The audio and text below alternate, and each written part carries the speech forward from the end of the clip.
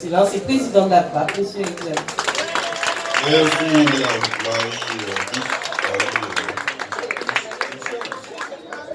Marie-Michel Lautric, des populations de bonsoir. Je viens de Caduc, il y avait une réunion à Caduc, Madame Castorix, et nous avons cette réunion ce soir ici à Boisvert. Il n'y a pas longtemps, nous étions encore à Boisvert, d'ailleurs, chez les vainqueurs. Donc c'est que Boisvert est important. Et nous nous en intéressons. Alors, merci d'être venu à cette rencontre simple. C'est une rencontre de soutien, de mobilisation, avec quelques éléments d'information, quelques échanges avec la population sans protocole. Tout simplement pour vous dire que nous comptons sur votre soutien concret à l'occasion des élections municipales et communautaires, le 15 mars 2020, et que nous venons vous confirmer, en tout cas vous enregistrer ce soutien en ayant conscience d'avoir quand même un bon bilan derrière nous, un bilan de réalisation concrète dont les uns et les autres ont parlé avant moi, comme le jeune Albon, qui se voit, qui s'entendent même puisqu'on en parle, et qui participe de l'aménagement du territoire, tous azimuts, tous les territoires, les secteurs territoriaux de la ville des Amis. Donc on peut s'enorgueillir d'avoir ce bilan. Et ça c'est pour le bilan physique, il est visible, il est incontestable. Mais il y a le bilan aussi immatériel, le bilan qu'on ne voit pas, mais qui est important aussi, c'est tout ce qui participe de la cohésion sociale. C'est l'accompagnement de nos aînés au quotidien, de nos handicapés, des plus fragiles d'entre nous, des nécessiteux, de notre jeunesse, parfois dans le besoin ou en déshérence. C'est le fort soutien que nous avons délivré au tissu associatif, qu'il soit sportif, culturel, socio-éducatif, de personnes âgées, de jeunesse, d'animation du territoire. Et c'est que la jeunesse évolution, Jeunesse évolution, association nouvelle jeunesse évolution football club, ça évolue. N'ont pas été en manque de notre accompagnement régulier dans la mesure de nos possibilités, mais toujours avec générosité et bon cœur, pour permettre à cette association importante, dans ce quartier de Boisvert, structurant, d'évoluer correctement à travers les disciplines aussi diverses que le football. Mais hier, il y avait la petite enfance, il y avait beaucoup d'autres disciplines, les aînés, etc. Donc, la vie des Amis peut s'enorgueillir d'avoir multiplié par 17 depuis que nous sommes arrivés en 2008, le budget consacré aux associations. Et ça va crescendo d'année en année. Parce que chaque année, les associations nous en demandent davantage, mais aussi parce que le nombre des associations augmente d'année en année. Et donc forcément, ça se traduit budgétairement par davantage de moyens financiers, d'accompagnement logistique, de prise en charge diverses et variées, au bénéfice du tissu associatif. On le fait de bon cœur, puisque généralement, les intervenants, les intervenants associatifs, les bénévoles associatifs sont effectivement bénévoles. Et donc, c'est un coup de main que vous donnez aussi dans nos missions aussi d'animation du territoire, de cohésion sociale. Donc, la vie des Amis est quelque part gagnante, puisque vous donnez votre engagement, votre sueur, votre présence, votre temps, libre bien souvent, pour s'occuper de la jeunesse, des moins jeunes, animer le territoire, faire vivre notre patrimoine, notre culture, nos disciplines diverses et variées, permettre aux uns et aux autres de s'épanouir dans des disciplines sportives qui sont bonnes, on le sait, pour la santé. Donc tout ceci n'a pas de prix et nous sommes contents de vous avoir comme partenaire. On va continuer tout ça, toutes ces actions et aussi dans l'immatériel, on a tout ce qui concerne la prise en compte du personnel communal qu'il fallait remettre en œuvre, en travail, revaloriser, promouvoir, dans les meilleures conditions possibles pour faire le travail qu'on attend de ce personnel.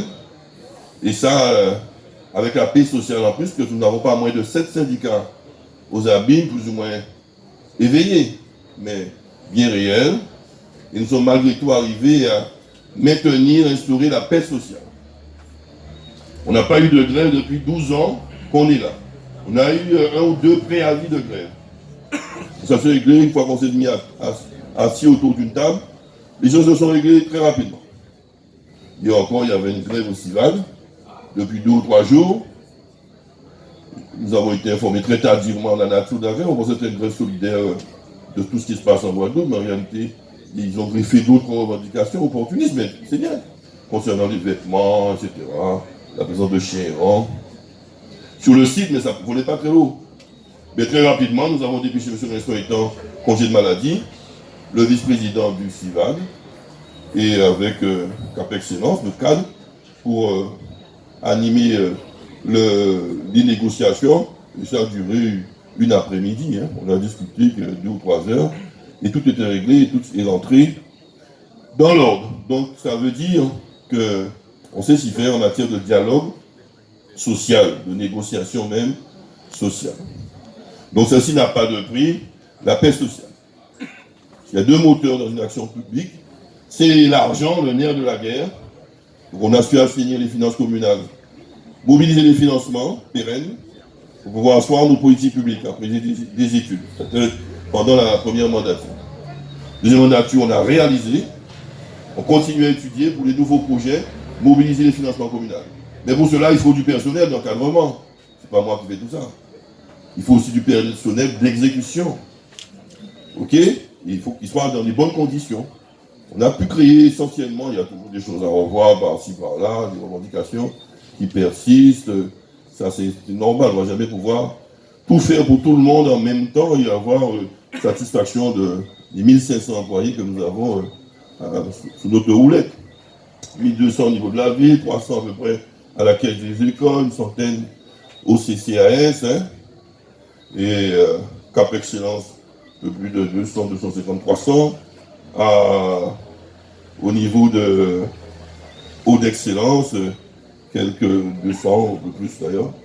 Donc on a quand même un bon contingent de personnel sur notre roulette, et généralement il n'y a pas de problème, les choses se passent bien, nous sommes bien souvent cités en exemple. Donc tout ceci n'a pas de prix. Pour continuer dans les bonnes conditions, il faut maintenir cette paix sociale. Alors nous avons évidemment des projets, nous ne venons pas simplement avec un bilan devant vous, parce qu'on n'est jamais élu véritablement sur un bilan. Le bilan rend crédible le projet que vous portez. Évidemment, si vous avez un mauvais bilan, vous pouvez promettre la lune, les étoiles avec, mais vous n'aurez jamais de confiance populaire. Mais si vous vous présentez avec des projets et que le bilan est à peu près satisfaisant, ok, mais vous serez davantage crédible dans ce que vous promettez. Donc je pense qu'on est un peu crédible pour être cru dans ce que nous promettons, sur lequel nous nous engageons pour la prochaine mandature. On a atteint une vitesse de croisière et on fera beaucoup plus vite ce que nous faisions peut-être sur une mandature, on pourra le faire en une demi-mandature. Et donc nos projets, hein, c'est la continuité de ce que nous avons commencé, la rénovation urbaine, hein, des grands ensembles urbains. On va attaquer, finir par ça, attaquer Vieux-Mouabine, qui mérite aussi une rénovation digne de ce nom. On va attaquer Bois-Ripoux également.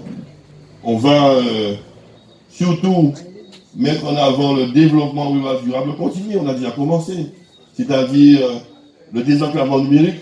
Très rapidement, je crois qu'il n'y aura plus de zones blanches pour en 2020 ou plus tard 2021 aux abîmes. Donc tout le monde pourra accéder au très haut débit sans difficulté dans nos campagnes, notamment. On va continuer à développer, n'est-ce pas, Dominique Biras, les réseaux de transport collectif pour irriguer les coins et les recoins de nos campagnes. On va également continuer à développer l'éclairage public, l'électrification rurale pour amener l'électricité à domicile dans les entreprises, dans les foyers. On va continuer à développer la voirie communale, généralement la chaussée. Beaucoup de routes communales doivent être reprises. Les trottoirs, les accotements bétonnés pour sécuriser le passage, le cheminement piéton des uns et des autres, notamment dans les zones auprès des écoles, les lieux un peu dangereux, fréquentés de façon importante, les lieux d'attroupement, etc. Il faut quand même une sécurité avec des trottoirs dignes de ce nom. Donc on va continuer à faire tout ça. Donc ces trottoirs complètement bétonnés. Mais dans cette politique publique, on est un peu gêné parce que nous avons un troubillon qui, depuis 2014, nous a attaqué en justice. C'est notre député. Alors, il nous a reproché de faire des routes privées. Ok? Qu'est-ce qu'il appelle des routes privées? C'est des routes qui vous permettent d'accéder à votre domicile, qui sont sur des terrains familiaux. Il y a plusieurs maisons, ok? Ou peut-être une. Mais il y a une route qui pourra permettre d'y accéder. Et donc, on ne peut pas la faire tout seul. Il faut vous aider, vous accompagner. Hein? Ce n'est pas une faveur, on le fait pour tout le monde. Hein? Et on avait commencé en tout cas à le faire depuis 2011. On a été interrompu quand notre conseiller municipal à l'époque, aujourd'hui député, nous a attaqué devant les tribunaux. Donc une mandature de perdu dans le traitement de ces demandes nombreuses de travaux sur des terrains privés familiaux. Ok? Et là, il y a des contrôles, des juridictions, des polices qui viennent regarder si tout s'est bien fait, où on est intervenu sur des terrains familiaux. Donc il y a une enquête, on verra bien sûr ce que ça donne. L'entreprise est le collimateur de la justice. Et nous-mêmes, on a été intimidés, mais on nous avait convoqués finalement. Ils ont dit finalement, c'est pas la peine. Jusqu'à maintenant, je n'ai pas été inquiété ou convoqué. Touchons du bois. Mais en tout cas, bon, c'est pour la bonne cause. Et nous attendons une seule chose, c'est que la justice se prononce pour savoir si on peut continuer ou pas. Alors si on nous dit non, on n'a pas le droit de faire ces interventions, on va vous écrire, vous êtes prêt à 300, près de 400. C'était 340 en 2018. Vous devez être près de 400 demandes d'intervention de cette nature. On avait déjà fait une bonne centaine. Hein. Il restait beaucoup de choses encore à faire. Mais on est freiné, donc on va se contenter pour l'instant des routes communales. Qui ne sous d'aucun doute ne peut être classé en privé ou familiaux ou d'intérêt de quoi que ce soit. Donc ça, on va le faire en attendant encore une fois d'être délivré de ce procès, ce mauvais procès qu'on nous a fait. Je ne peux pas prendre le risque personnellement de continuer comme si de rien n'était. Face à un juge un peu scrupuleux, il va se dire quelque part, monsieur, ce quoi tout permis, il n'a même pas attendu notre décision, notre vision des choses, notre analyse de la situation, il se fait le plus malin, alors on risque de me censurer. Donc on va attendre. Nos avocats sont confiants, ils estiment qu'on est de bonne foi, ce n'est pas des faveurs qu'on fait à un parent ou un petit copain, c'est généralement contre tout le monde. Il s'agit bien souvent des personnes âgées qui veulent pouvoir accéder à leur domicile, des gens qui veulent que les ambulances, les pompiers accèdent à leur domicile en cas de difficulté. Et voilà, ce n'est pas des faveurs qu'on donne à la population. Donc je pense qu'un juge digne de ce nom pourra juger de notre bonne foi et ne nous empêchera pas de continuer notre mission de service public. Mais il faut attendre et toucher du bois. Ok? Je ne peux vraiment pas intervenir dans ces conditions. Alors le même démago, il va avoir les gens qui ont demandé, qui disent, ben non, mais on peut faire ça, bah, à part ça, tu as demandé d'enlever son procès, son recours, il n'a jamais fait. En même temps, il vient vous voir pour vous dire, ok, moi qui fait, c'est en mai. Donc c'est de la démagogie pure. Ok, mais une fois qu'il a mis son recours, il peut devenir maire, le juge ne va pas tenir compte, il va continuer son analyse des choses. Ok? C'est comme si vous portez plainte contre un monde militaire, des mots qu'on avait dit finalement pas ça. Mais j'ai déjà commencé à enquêter, mais il a arrêté. Donc on est dans un engrenage qui est difficile, mais je pense que d'ici peu de temps, on pourra avoir une bonne solution à ce problème. Donc on va continuer à faire les voiries là où on le peut, sans crainte, et continuer à assurer ce développement rural durable dans vos campagnes qui auront bien besoin de tout cela. Ok? Donc faites-nous confiance à ce niveau-là, je ne vais pas vous dire davantage. J'attends la décision de la justice. Maintenant, nous allons continuer évidemment à accompagner le tissu associatif conventionné avec le maximum d'associations pour assurer de façon plus annuelle leur financement, l'accompagnement sur la durée de leurs projets. Et on va continuer la rénovation, je l'ai dit, des grands ensembles. Et en termes de réalisation sur Chazot, justement, l'ancienne école de Chazot, mais aussi l'ancienne école de Boivin, on va attaquer, un équipement sportif, associatif, culturel, commerciales, administratives, où on pourra trouver des services qu'on ne trouve pas suffisamment dans les secteurs ruraux. On fera ça à Boisvert, à Chazot et à Chauvel. Ça, c'est le projet de la future mandature. Comme je vous l'ai dit, maintenant qu'on a attaqué les gros ensembles urbains, Grezé, Grand Camp, ça a plus de 20 000 habitants. Hein. Dans ces 2 quartiers seulement, c'est Boissard, bon, moins de 10 000. On a déjà presque la moitié des abîmes dans ces quartiers du Sud. Mais il faut maintenant, on a attaqué le bourg aussi. Il faut aussi s'attaquer au secteur rural, c'est à peu près, le secteur rural, c'est à peu près 13 000 habitants dans les grands fonds. Des amis. Chazot, Boisvin, Bouliquier, Coma, etc. Une partie Chauvel, Besson, ce qu'on appelle des grands fonds, la campagne, c'est 13 000 habitants. C'est le 5e, c'est un habitant sur 5 habité dans la campagne. Donc là, il y a un travail aussi de fond à faire qu'on appelle le développement rural durable. C'est des problèmes d'inondation. Sous la houlette de Favre, on va mettre en place le plan d'action et de prévention des inondations pour limiter le risque d'inondation. Limiter, on ne va pas pouvoir le supprimer. On a des problèmes à Palier-Néco, on a des problèmes à la terrain de football Bagadère. On connaît un peu les secteurs, on les a identifiés. On a une bonne trentaine, je ne sais pas, de secteurs inondables. Donc on devrait pouvoir s'attaquer à ça. Ça coûte des dizaines de millions d'euros. Mais il faut faire le dossier. C'est le seul papy de l'outre-mer. Voici le premier. Et ça veut mobiliser des dizaines de millions d'euros pour faire des gros travaux, des reculs, pour bloquer très en amont l'eau et pour faire des réservoirs, des bassins de rétention en aval qui vous profitera notamment pour l'irrigation agricole.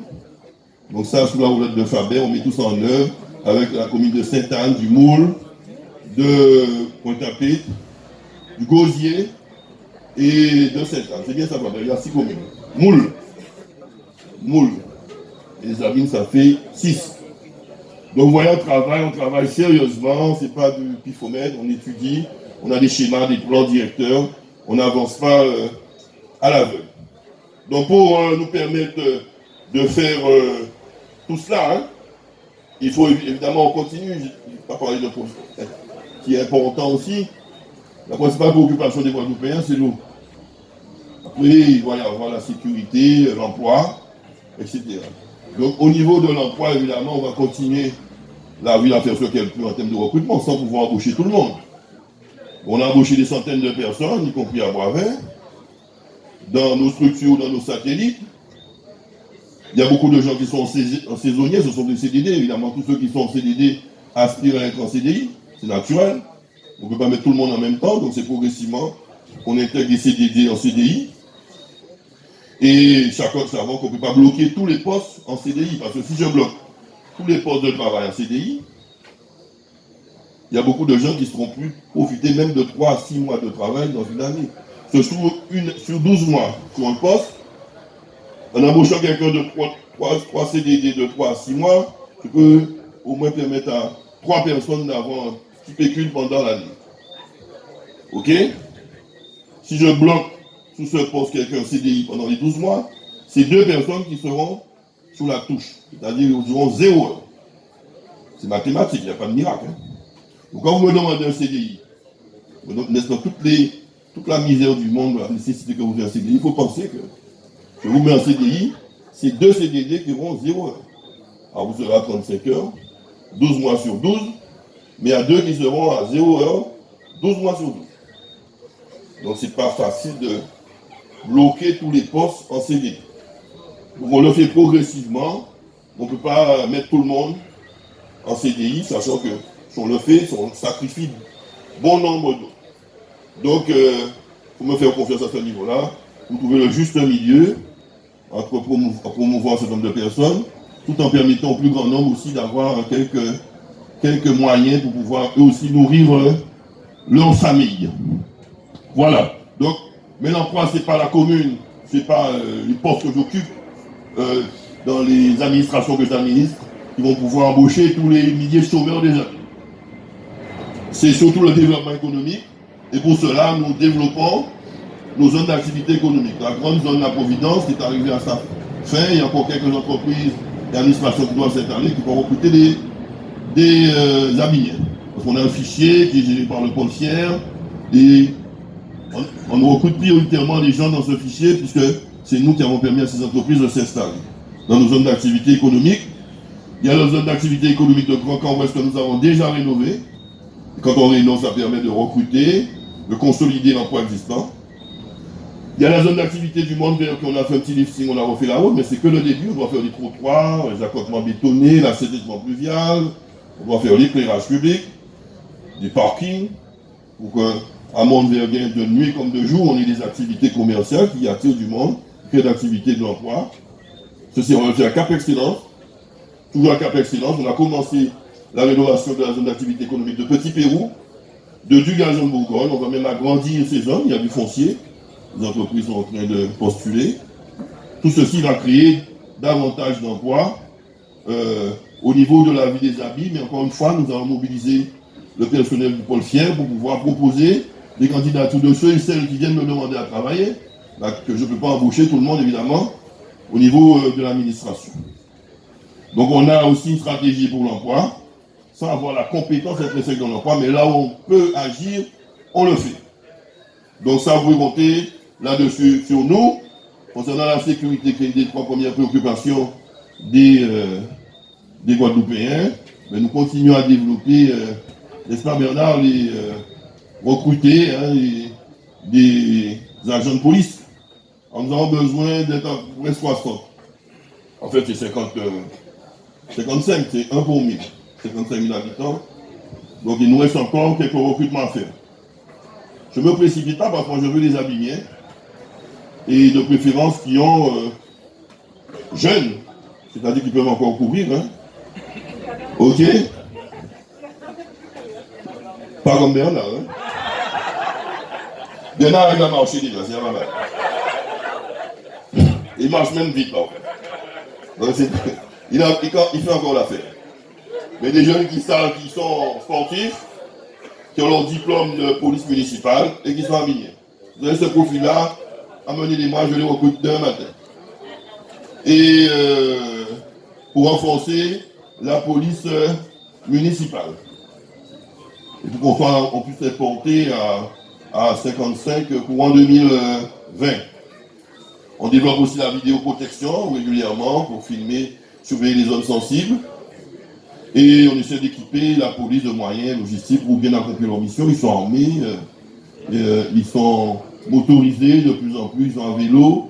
On va instaurer, si ça n'est pas encore commencé, une brigade expérimentale nocturne, de sorte qu'on puisse disposer de notre police, y compris le soir, pour un certain nombre de contrôles dans les commerces ambulants, enfin, de sécurité de certains bâtiments qui sont régulièrement cambriolés. Enfin bref, on va monter en puissance au niveau de la police de nuit également, de sorte que nous ayons une des polices les mieux, c'est déjà le cas avec les Maro, le Gosier, des polices les mieux dotées, les mieux organisées de la Guadeloupe.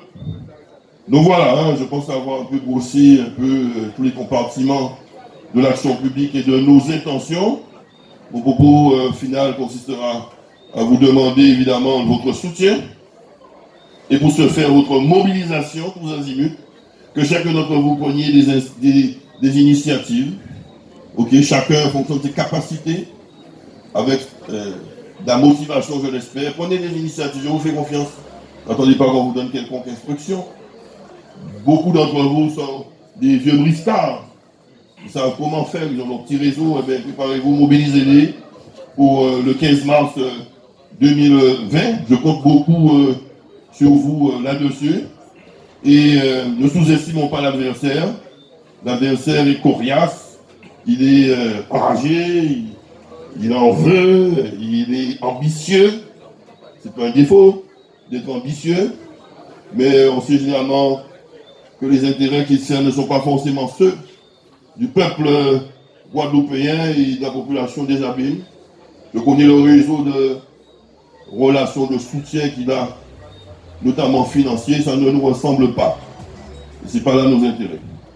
Évidemment, tout le monde veut s'accaparer la vie des abîmes parce que c'est un élément moteur du développement économique de la ville des abîmes, de la Guadeloupe. Ce sont des marchés publics, c'est de la commande publique, c'est aussi une place politique qu'il faut occuper pour pouvoir peser sur les grandes décisions politiques à l'échelon de la Guadeloupe. Donc, notre opposition est en vue. Donc, je suis attaqué, je suis vilipendé, je suis sali, on me calomnie, on me diffame à coups de trac, les Brafman le fou, l'ancien collègue de Bernard,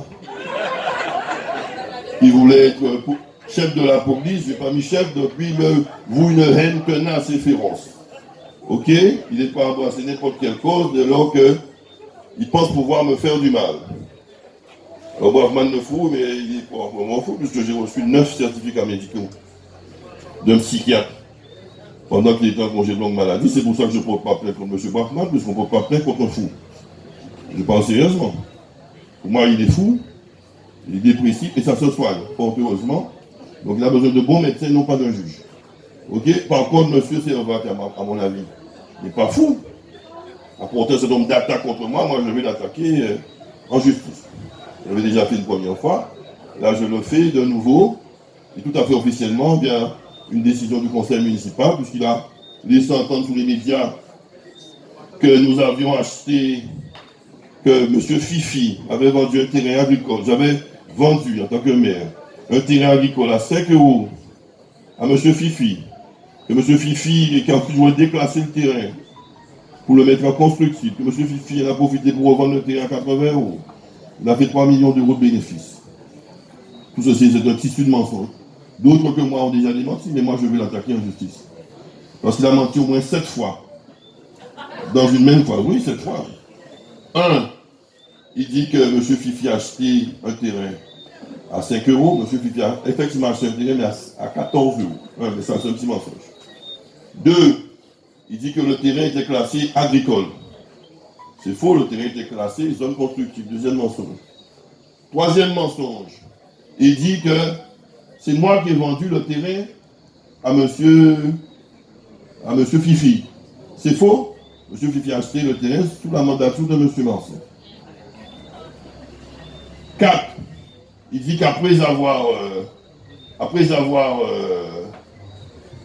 monsieur Fifi a acheté ce terrain, ce terrain a été déclassé par nous pour le mettre à constructible, qui aurait permis à monsieur Fifi de le vendre à 80 €. Non seulement M. Fifi n'a pas revendu son terrain à 80 €, mais il n'a pas revendu, il n'a pas bénéficié d'une modification du zonage du terrain, puisque le terrain n'a jamais changé de classification. Toujours été constructible. Donc ça fait 5 mensonges. Ok. Et il y a aussi le fait qu'il avait dit que le terrain avait été acheté sous ma mandature, il n'a pas été acheté sous ma mandature. Ok. Donc il y a à peu près 6 ou 7, il y en a 7, je n'ai compté 7. Ouais, il y a tellement de mensonges dans eux que je moi-même j'y perds, mais il y en a au moins 7 mensonges dans cette affaire. Et M. Henri Ancelade a eu l'occasion de démentir tout ça. Ok. En tout cas, je n'ai pas vendu de terrain moi. Voilà, l'autre, c'est que ce terrain n'appartenait pas à la ville. Le terrain appartenait à une société qu'on appelle la Sicile. Non, l'ancienne SAG. C'est le géant des anciennes plantations d'arbouchis. SI Immobilier, comme ça. La SAG, mais ça a changé de nom. Et donc voilà, donc ça fait 7 mensonges. Je ne sais pas, mais en tout cas, ça n'appartenait pas à la ville, c'est un achat de privé à privé, d'un terrain qui n'était pas agricole. Ça ne s'est pas fait à 5 €, ça s'est fait à 14, mais entre privés, ça ne me concernait pas. D'autant que ça s'est fait sous une période où je n'étais pas encore maire. Je n'ai pas déclassé le terrain. Ok. Donc c'est un tissu de mensonges. Donc là, il devra répondre devant la justice, il va perdre le procès. Mon avocat m'a dit 100% de chance. Il n'a aucune chance de passer à travers les mailles du filet à ce niveau-là. Donc, mais son pari, il est tellement cynique, son pari, c'est de dire, bon, il attaque, il ment. Comme généralement la justice ne se réunit pas beaucoup en période électorale, quoi qu'un juge s'occupe de ça. Donc il espère que les élections soient déjà passées, même s'il y a un procès, il espère pouvoir gérer ça. Ok. Mais les élections seront déjà passées. Donc on ment, on va sortir des mensonges comme ça, à tir larigot pour tromper la population. Ok. Donc je vous invite à être très vigilants à ce niveau-là, mais nous ne nous laisserons pas faire. En tout cas, Je compte sur vous, population de Boisvin, pour pouvoir nous accompagner, nous permettre d'effectuer un nouveau mandat pour continuer le développement de la ville des Abîmes vers le meilleur, vers l'excellence. Parce que nous avons beaucoup travaillé, nous avons beaucoup donné de nous-mêmes pour pouvoir porter la ville des Abîmes à un niveau qui n'était plus, qui n'était naguère, qui n'était plus. La ville des Abîmes se retrouve quelque part, les Abîmiens se retrouvent. La ville des Abîmes renaît quelque part de ses cendres. Nous sommes de plus en plus fiers d'être Abîmiens, et on nous le dit. D'autres territoires, d'autres habitants, d'autres communes nous envient. Et quand on m'attaque, ne vous trompez pas, ce n'est pas tellement la personne d'Éric Jalton qu'on veut attaquer, c'est le maire d'Éric Jalton qu'on veut déstabiliser. Et à travers moi, cette tentative de déstabilisation, c'est la ville des Abîmes qu'on veut attaquer. C'est sa renaissance. C'est son nouveau rayonnement. C'est sa puissance de retrouver sous l'échiquier politique de la Guadeloupe qu'on veut quelque part entamer. Ne vous trompez pas. En défendant ma candidature le dimanche 15 mars 2020, c'est votre commune, ces intérêts que vous allez défendre. De sorte que nous puissions garder le cap de l'excellence, et garder la position que nous avons retrouvée sur l'échiquier politique guadeloupéen, c'est-à-dire la première commune de la Guadeloupe. Alors, je vous demande de continuer à me soutenir, à m'accompagner. Mon combat, c'est votre combat, ma victoire sera assurément votre victoire. Il ne faut pas nous mener patate en tout à rat. Ne nous comprenons pas. Nous avons un maire qui veut être maire à la place du maire, qui est député, que vous, c'est-à-dire le suffrage universel, vous avez confié un mandat important sur le député dans la hiérarchie institutionnelle, le député plus important que le maire. Alors il y a de quoi travailler avec les points du chlordécone, des sargasses, des retraites, de l'éducation, des grèves, etc. Il y a matière à travailler. Ok?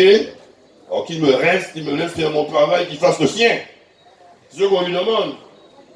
Si j'étais un mauvais maire, je peux comprendre qu'on veut me déchouquer, semble-t-il. Ce n'est pas la perception des amis, encore moins de ceux qui sont à l'extérieur. Donc il me laisse faire mon travail. Cette voracité à vouloir déstabiliser un collègue alors que vous ne faites même pas votre travail. Faites votre travail. Vous êtes dans un foyer, vous avez un chat qui fait son travail, qui a chassé toute rapide, toute souris, il est gentil, je crois qu'il bon.